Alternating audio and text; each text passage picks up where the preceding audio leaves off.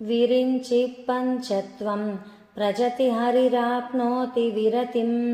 विनाशं कीनाशो भजति धनदो याति निधनं वितन्द्री माहेन्द्री विततिरपि सम्मीलितदृशां महासंसारेऽस्मिन् विहरति सति त्वत्पतिरसौ जपो जल्पः शिल्पं सकलमपि मुद्रा विरचना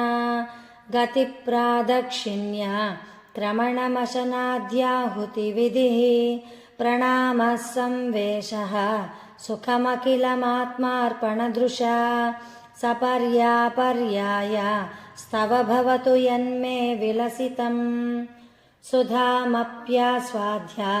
प्रतिभयजरा मृत्युहरिणीं विपद्यन्ते विश्वे विधिशतमखाध्यादिविशदः कराळं यत्क्षेळं कबलितवतः कालकलना न शम्भोस्तन्मूलं तव जननि ताटङ्कमहिमा किरीटं वैरिञ्चं हरिहरपुरकैटभभिदः कठोरे कोठीरे स्खलसि जहि जम्भारिमकुटं प्रणम्रे श्वेतेषु प्रसभमुपयातस्य भवनं भवस्याभ्युत्थाने तव परिजनोक्तिर्विजयते स्वदेहोद्भूताभिगृणिभिरणिमाध्वाभिरभितो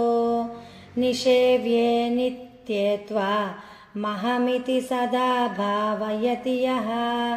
किमाश्चर्यं तस्य तृणयनसमृद्धिं तृणयतो महासंवर्ताग्नि